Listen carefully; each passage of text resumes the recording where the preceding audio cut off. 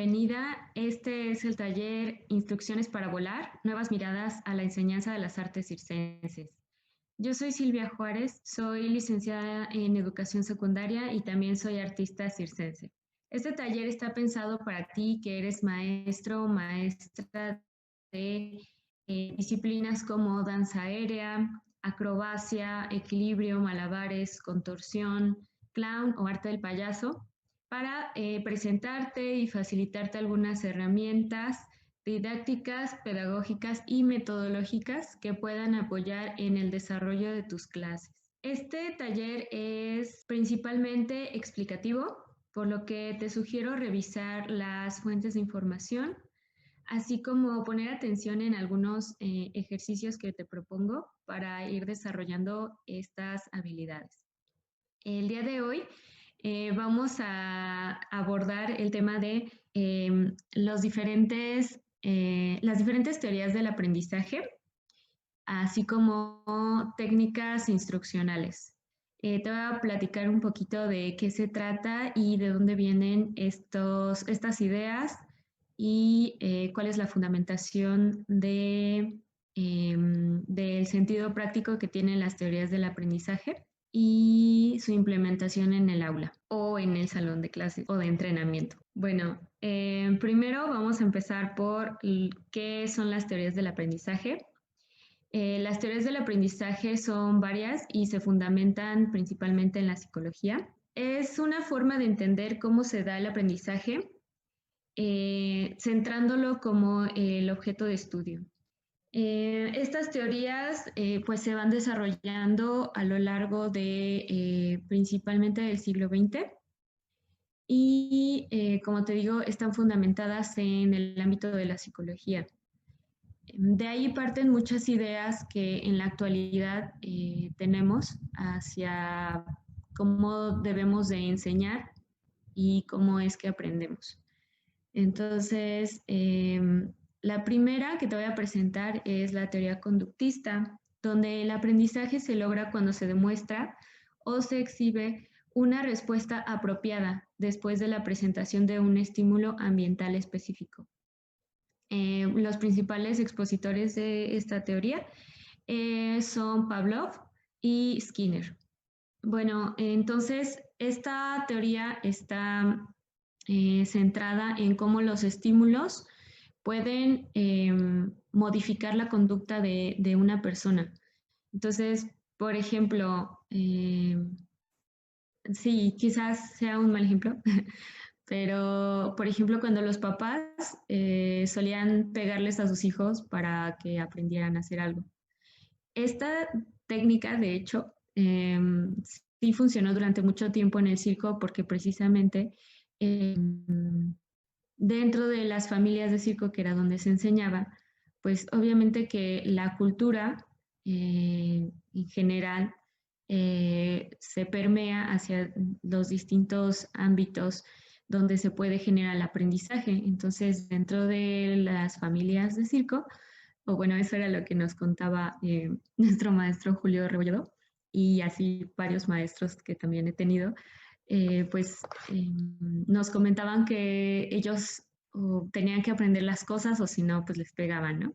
Entonces, hay que comprender que a lo largo del tiempo, esta mentalidad se ha ido modificando también gracias a las distintas investigaciones y a las distintas teorías que después van a venir a reemplazar esta idea de que si recibes un estímulo, en este caso, pues un golpe, vas a aprender mejor.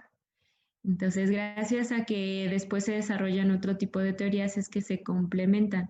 Esto no significa que no sea cierto. Sí es cierto que los seres humanos aprendemos a través de estímulos, y no solamente los seres humanos, también algunos animales. Pero también es cierto que no es la única forma de aprender y tampoco es la mejor. Simplemente es una forma de entender que a partir de estímulos se puede modificar una conducta humana y que a partir de ello se puede formar a una persona. La siguiente teoría es la de la psicología cognitiva. donde el aprendizaje es entendido como la adquisición de conocimientos. El alumno absorbe y procesa información llevando a cabo operaciones cognitivas en el desarrollo para después almacenarlas en la memoria. Eh, bueno, aquí quiero comentarte que no tiene tanto tiempo, sin embargo, sí hay también teorías especializadas en el aprendizaje desde el cuerpo, pero no tiene tanto tiempo que se le da como la importancia que nosotros como artistas circenses tenemos que darle a la comprensión de cómo llegamos a aprender desde el cuerpo, ya que también se ha privilegiado el aprendizaje de los conocimientos y de las habilidades manuales porque es lo que está más cercano al desarrollo económico.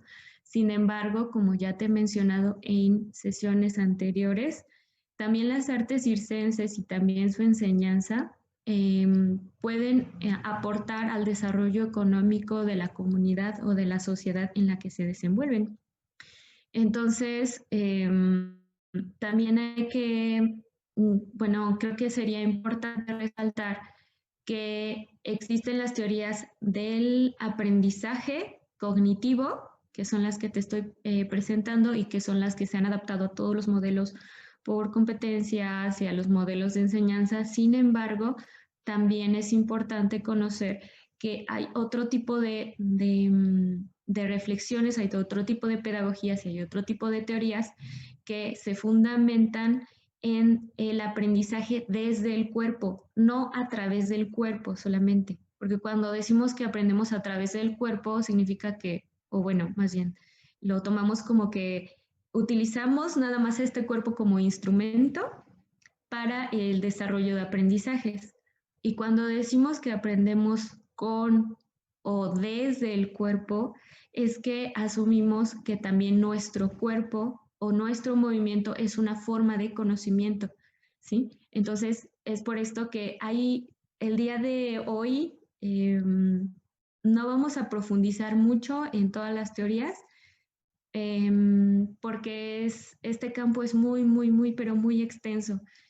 No solamente en las teorías del aprendizaje, sino en todas estas reflexiones filosóficas e incluso éticas sobre éticas y estéticas sobre el cuerpo y sobre cómo se asume el cuerpo como un instrumento de aprendizaje o como un elemento de aprendizaje o como un receptor de aprendizaje. O sea, hay muchas ideas en torno a esto.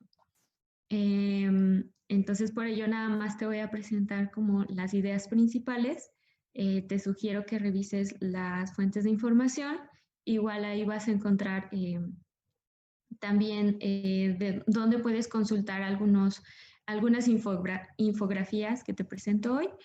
Y bueno, ojalá que esto te sirva como un panorama, más que como una información exhaustiva, sino como un panorama que tú puedes utilizar para estudiar mejor a tus alumnos en la manera en cómo se desenvuelven y darle esa oportunidad a tu práctica docente de que se vaya renovando y que vaya puliéndose con el tiempo. Entonces, continuamos con el constructivismo, que es otra de las teorías del aprendizaje. En esta teoría, el aprendizaje lo construye el propio sujeto que está aprendiendo y este aprendizaje se va construyendo a partir del ambiente. A partir de este momento, las teorías del aprendizaje ya no consideran tan importante solamente el estímulo que viene a formar al individuo, sino la función que tiene el ambiente, el entorno de este individuo que está aprendiendo para darle un significado y para potencializar más el aprendizaje. Vamos con el constructivismo social. El aprendizaje lo construye el propio sujeto al interactuar con otras personas en contextos funcionales, significativos y auténticos. Eso también va muy de la mano con el desarrollo económico, puesto que el aprendizaje se va, bueno, siempre toda la historia de la enseñanza, de la pedagogía, va de la mano con el desarrollo económico, porque principalmente es la razón por la que se instruye a una persona, para que esté capacitada para el trabajo y para que esté, bueno, conforme va pasando el tiempo y nos vamos acercando al siglo XXI, se va tomando más en cuenta el que el individuo esté capacitado no solamente para su tiempo presente, sino con miras a futuro, con miras hacia el mundo, la sociedad ideal hacia la cual va la mentalidad del ser humano. Posteriormente tenemos el aprendizaje experiencial, en donde el aprendizaje se logra cuando el individuo participa en experiencias significativas y útiles para él. Estas son las principales teorías del aprendizaje. Muy a grandes rasgos, pero es algo muy básico que todos los maestros, maestras debemos de conocer independientemente de que estemos trabajando con conocimientos teóricos o de que estemos trabajando con habilidades motrices, ya que como te comento, es importante abordar todo el fenómeno educativo para tener una mayor perspectiva y también tener una mayor noción de nuestro papel como maestros, pero también tener una mayor gama de posibilidades dentro de nuestro trabajo. Bueno, ahora te voy a hablar un poco más sobre los tipos de pedagogías. Hay diferentes, la pedagogía es un campo así enorme, gigantesco. Entonces, bueno, para empezar, la pedagogía es la ciencia que estudia la metodología y las técnicas que se aplican a la enseñanza y a la educación, especialmente la infantil. La práctica educativa o método de enseñanza en un terreno determinado, a eso es a lo que nos estamos refiriendo con pedagogía. Sí, porque te menciono que es viene especialmente de la educación infantil, porque de ahí viene la palabra, que es acompañar al alumno. Sin embargo, hay que considerar que todos los individuos, desde que nacemos hasta que nos morimos, eh, mantenemos un aprendizaje permanente. Nuestras capacidades, tanto mentales como motrices, como también nuestra capacidad de adaptarnos al ambiente y de reaccionar de una forma emotiva ante él, es, es una condición permanente que tenemos durante toda nuestra vida. Entonces, ya sea que trabajes con niños, adolescentes, jóvenes, adultos o con gente mayor, siempre ten en cuenta cuáles son las teorías del aprendizaje y cuáles son las diferentes pedagogías que se han desarrollado a lo largo de la historia, ya que son métodos que ya se han probado, que ya sabemos cuáles son los efectos y trata de aplicarlos de acuerdo a tus objetivos y de acuerdo también a la percepción, a la idea de tú como maestro, cómo influyes, cómo impactas en tu comunidad, cómo impactas en tus alumnos. Creo que eso es algo muy importante de preguntarnos y también de ir construyendo mediante nuestra práctica. Bueno, entonces ya te mencioné qué es la pedagogía y ahora me gustaría entrar un poco más en lo que son los enfoques educativos. Enfoques educativos se reconocen principalmente tres. Si bien yo te he estado comentando sobre el modelo centrado en el desempeño, que es donde hablamos del enfoque por competencias y que no hemos hablado mucho de los efectos o de los objetivos de cada etapa del ser humano, por ejemplo, o de los objetivos diferentes que existen en cuanto a la profesionalización o a lo recreativo. Sí, no hemos hablado mucho de esto porque el enfoque por competencia que yo te presento en este curso está precisamente apegado al modelo centrado en el desempeño, en donde nos estamos enfocando principalmente en el resultado. Tenemos una serie de conocimientos, habilidades y actitudes a desarrollar a partir de objetivos concretos, pero al finalizar, digamos, un periodo o un curso, como en este caso, lo que se busca es tener un resultado. Entonces, pues en eso se basa este enfoque. El otro enfoque es el modelo centrado en el alumno. Este modelo tiene como punto de partida el aprendizaje del alumno. Esto es muy importante de aplicar, no solamente de comprender, sino de aplicar. El que está aprendiendo y el que va a desarrollar los aprendizajes y el que está descubriendo el mundo a partir de las actividades que tú le pones es el alumno. Entonces, es por eso que es importante considerar todo este ambiente de aprendizaje a partir de lo que el alumno está percibiendo, está logrando, está aplicando, la forma en cómo también se está relacionando con sus compañeros y con el entorno. ¿Por qué? Porque al final el resultado es, a lo mejor no está tan centrado en cuál es el logro, pero sí tiene una dimensión que es un poco más social. Y esto es importante porque muchas de nuestras clases que impartimos están enfocadas hacia lo recreativo. Entonces, ahí es donde hay que considerar cómo es que está influyendo tu clase en la vida del alumno y en el desarrollo personal de ese individuo. Por último, tenemos el modelo centrado en el profesor. Digamos que este es un modelo un poco más tradicional, un poco más autoritario, porque no estamos pensando en el individuo que se va a desarrollar a partir de las actividades, sino estaríamos pensando un poco más en lo que el profesor quiere, digamos, a lo mejor sería como propiciarle un ambiente más cómodo al maestro, porque en este modelo el maestro es el que dicta las normas, es el que dice qué hacer, es el que elige los contenidos de la programación y digamos todo se centra en él. Pero cuando centramos más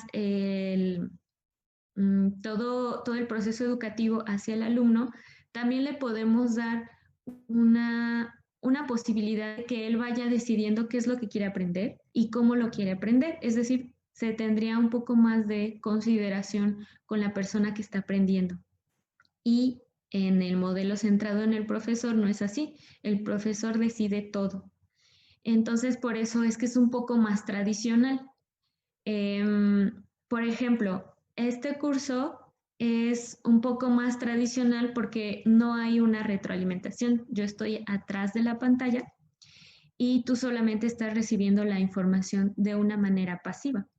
Aunque trato de no hacerlo tan tradicional pidiéndote que revises las fuentes de información para que de esa manera también tú participes de una manera activa en tu aprendizaje, que es lo importante del modelo centrado en el alumno. Ahora sí que hay muchísimas posibilidades y todas estas teorías y todos estos conocimientos, metodologías, pedagogías, te pueden servir para que tú vayas desarrollando tu propio estilo, que es lo más importante.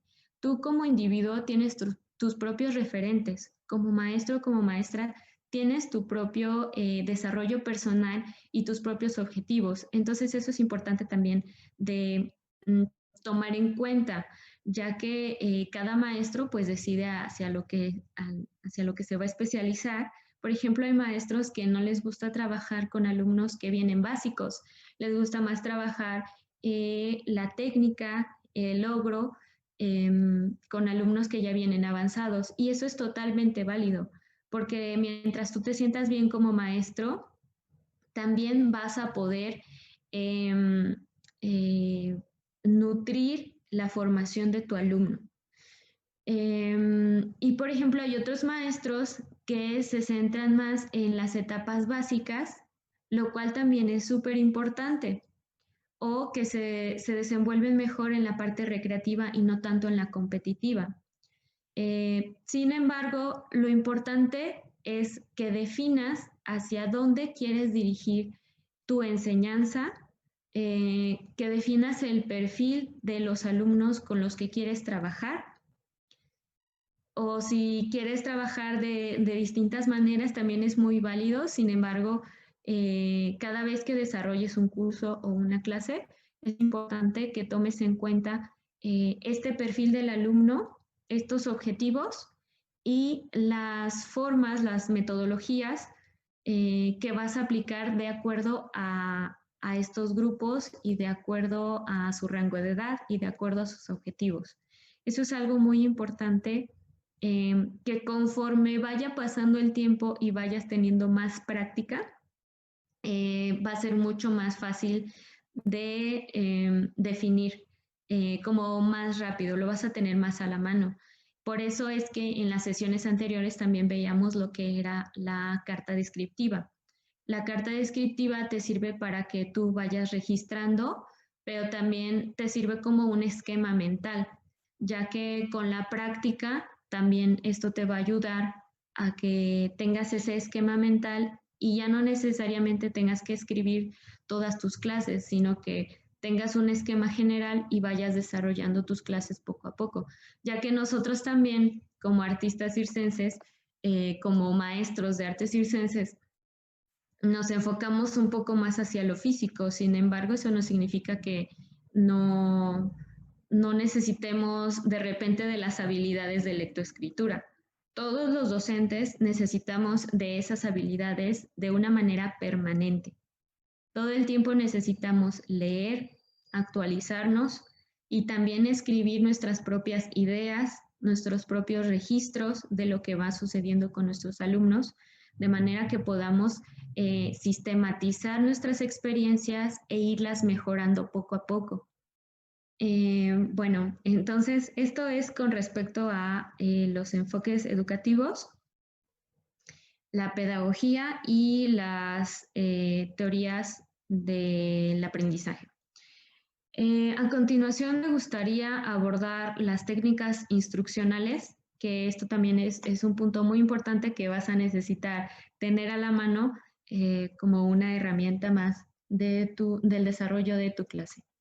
¿Qué son las técnicas instruccionales? Bueno, las técnicas instruccionales son técnicas didácticas que son procedimientos que te permiten determinar de manera ordenada la forma de llevar a cabo un proceso.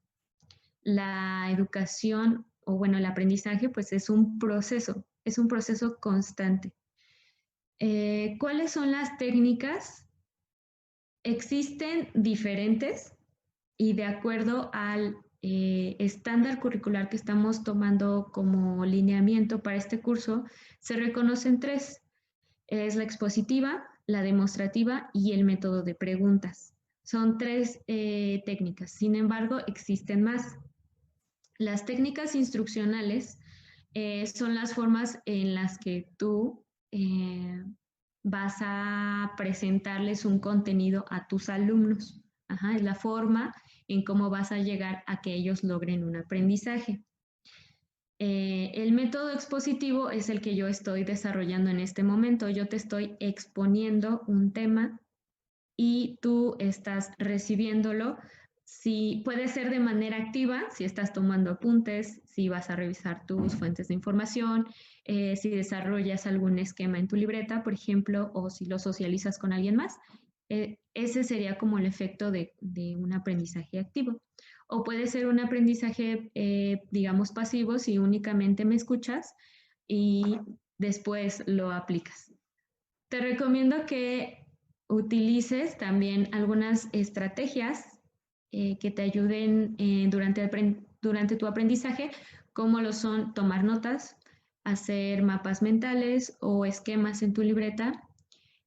También te remitas a las fuentes de información después de tu clase para investigar un poquito más y eso te va a ayudar muchísimo, así como preguntarle a algún colega, a algún compañero que también desarrolle tu misma actividad o algo parecido para que puedas socializar igualmente el aprendizaje. Eso también son algunas estrategias que como docente necesitamos para nuestro aprendizaje permanente. Eh, Además de las técnicas que ya te expliqué, la expositiva, la demostrativa, donde yo te presento un ejercicio y lo desarrollas, o el método de preguntas, como casi siempre empezamos las sesiones donde yo te voy preguntando qué opinas de esto, respecto a este tema, vamos problematizando. Además de esas, también existen, por ejemplo, el método de casos, donde se estudia un caso en particular, acercándonos un poco más a la realidad.